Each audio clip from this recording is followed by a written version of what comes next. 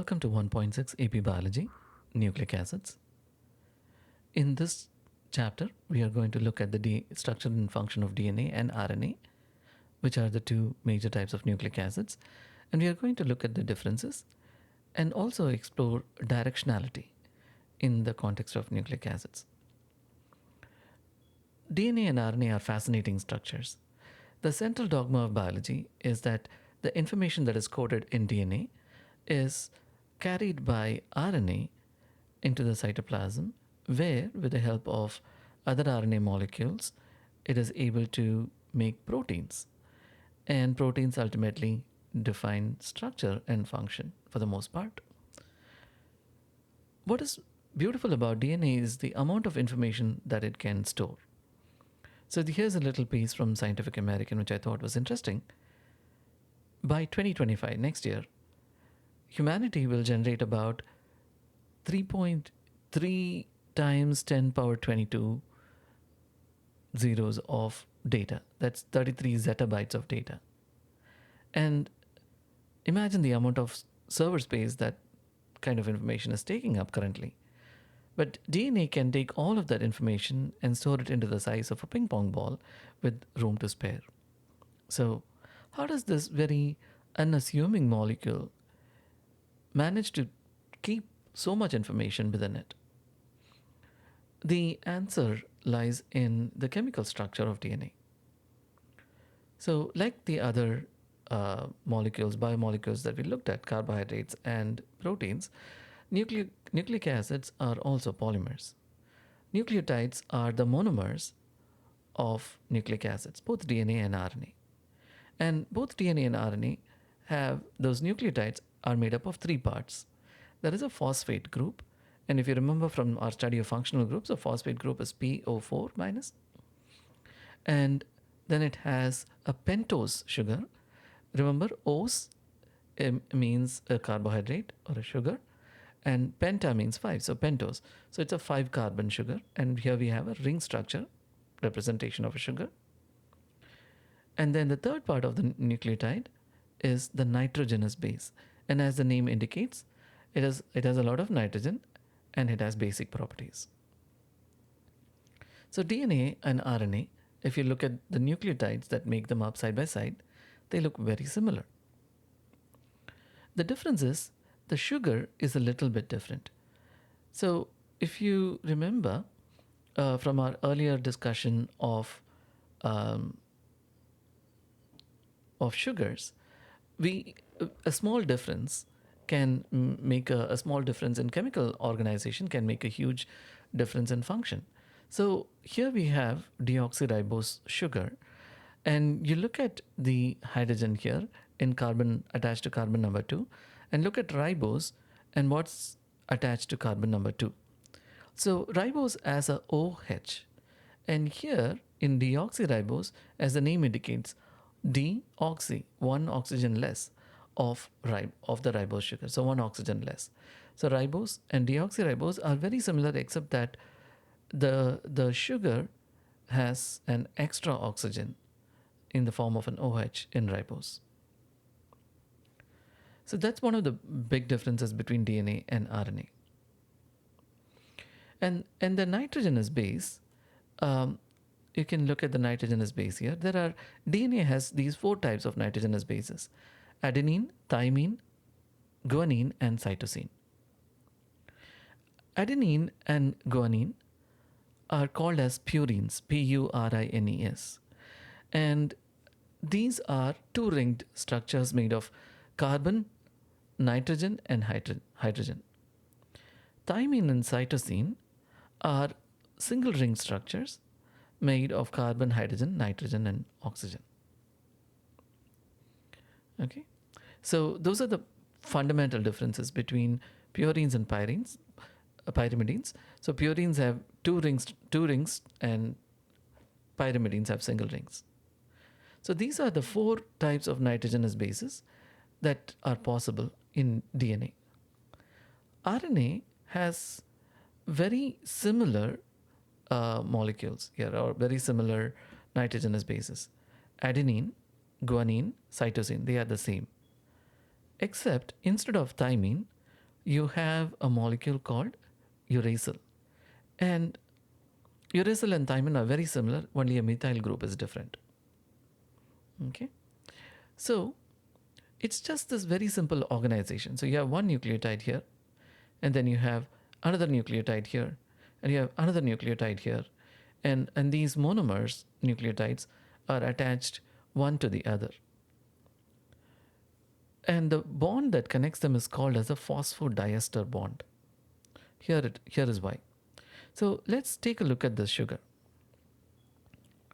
This sugar, as we remember, is a pentose.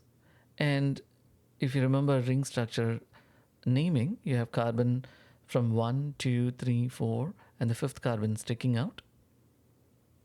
Now, look at the numbers. Carbon number 1 is attached to the nitrogenous base. Carbon number 5 is attached to the phosphate group. Okay, carbon number 5 is attached to the phosphate group. Carbon number 3, this carbon here, is the carbon which is going to form a relationship or going to form an attachment to the next nucleotide. And so what it does is it forms a bond. This carbon, the third carbon, forms a bond with the phosphate of the next nucleotide. So here we have a nucleotide with the phosphates attached to the fifth carbon, and this phosphate is what attaches to the third carbon of the other nucleotide. Okay, just take a look at that and you'll see. So this bond is called as a phosphodiester bond. Phospho and two ester bonds, phosphodiester bonds. So if you take a look at this, you're going to see a whole series, because as a polymer, you'll see a whole series of sugar and phosphate, sugar and phosphate, sugar and phosphate, forming a backbone from which your nitrogenous bases are sticking out. So this backbone is called as the sugar phosphate backbone. Okay, sugar phosphate backbone. So here's a picture that shows that. Okay, so you have nucleotide 1, nucleotide 2, nucleotide 3, and so on. And then you have the phosphodiester bonds connecting from the third carbon, and then again the third carbon of this nucleotide is attached to the phosphate, which is attached to the fifth carbon of this one. So take a good look at how this binding is formed, because this is important. Why? Because if you look at a long stretch of nucleotides like this, the very first, imagine if this was the very first nucleotide, and in this nucleotide the fifth carbon is hanging free. It's attached to, it is not attached to anything, right? So that it's just attached to a phosphate, it is not attached to anything else. So that free hanging nucleotide, because the fifth carbon is free, it's called as the 5' end. And you write it as a 5 with a little squiggle on top. It's called as the 5' end of the DNA sequence or the RNA sequence. And the same way, in the other end, you have the third carbon not attached to the phosphate of the next nucleotide. So this hydroxyl group is also hanging free from the third carbon. Because this third carbon is hanging free, we call it as the 3' end. Again, 3 with a little squiggle on top. Okay, so now we know the directionality of DNA, 5' end and 3' end. So if you look at DNA with its sugar phosphate backbone and all the nitrogenous bases sticking out cannot exist in a stable form as a single strand. So this whole thing is a strand. Okay, this whole polymer sequence is a strand. So it cannot exist as a single strand. It needs to attach to another strand.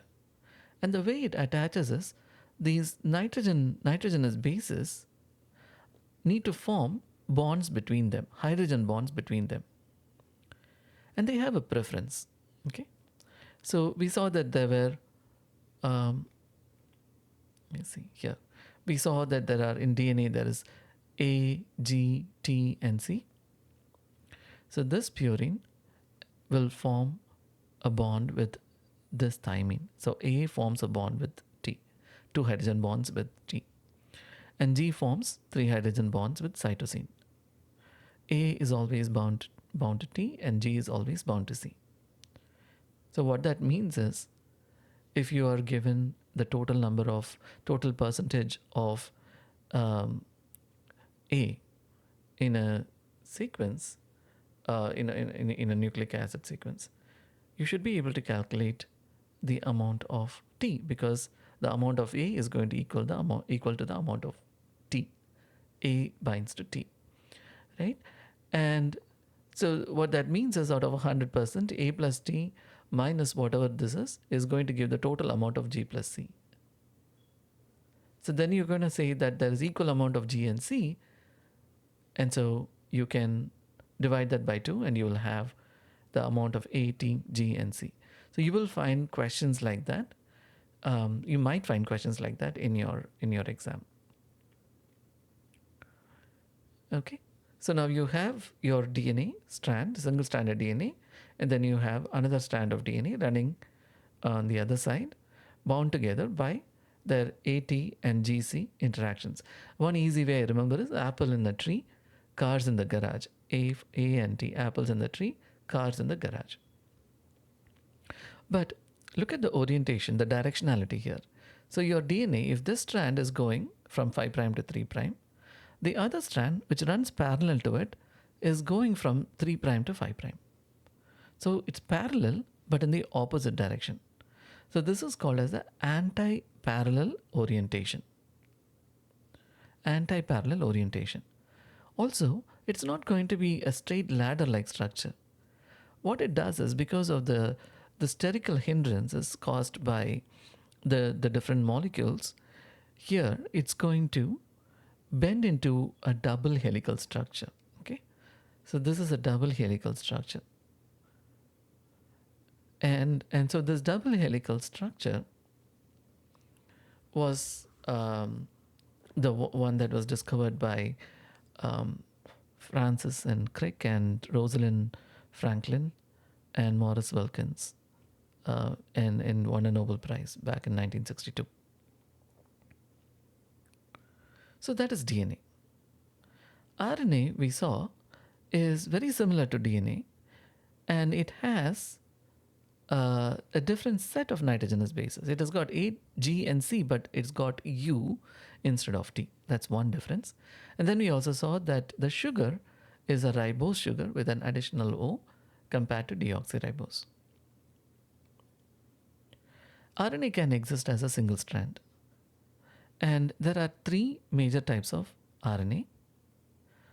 One is called as a messenger RNA. The name indicates message. It's a carrier of message. It is a messenger.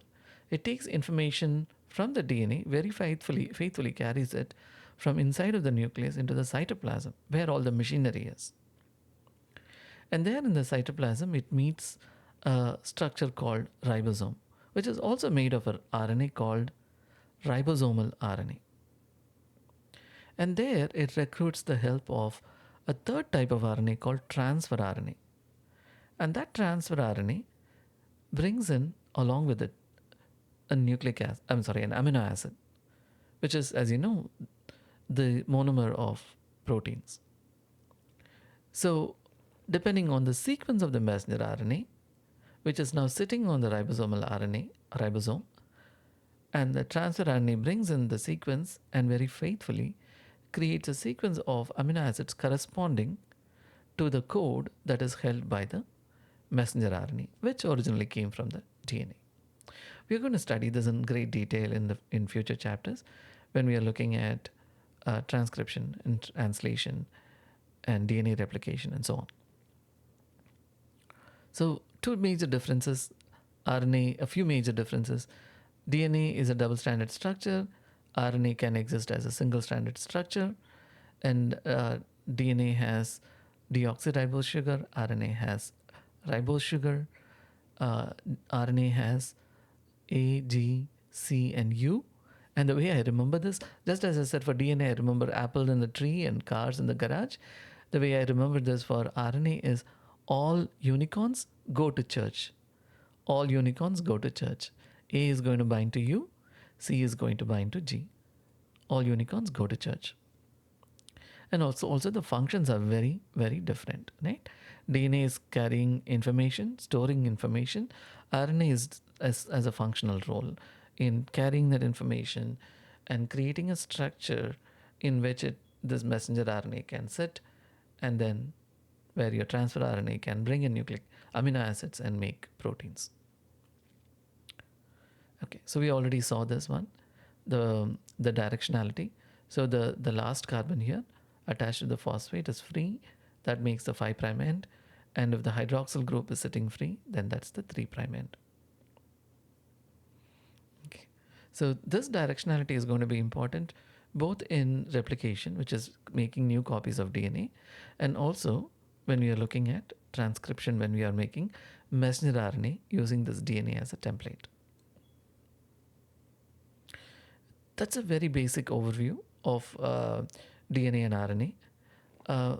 We will not look at this great detail at this point, because we are going to explore this in a lot more, DNA and RNA, in at least 3 chapters in the future. So I hope this information was helpful.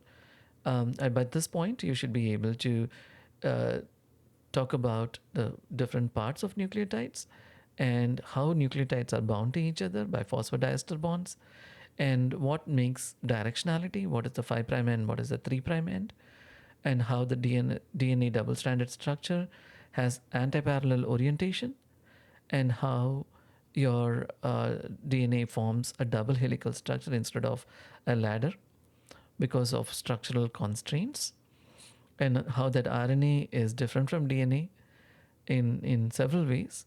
And there are 3 types of RNAs: messenger RNA, transfer RNA, and ribosomal RNA. Okay, so hopefully this was helpful. Thank you very much.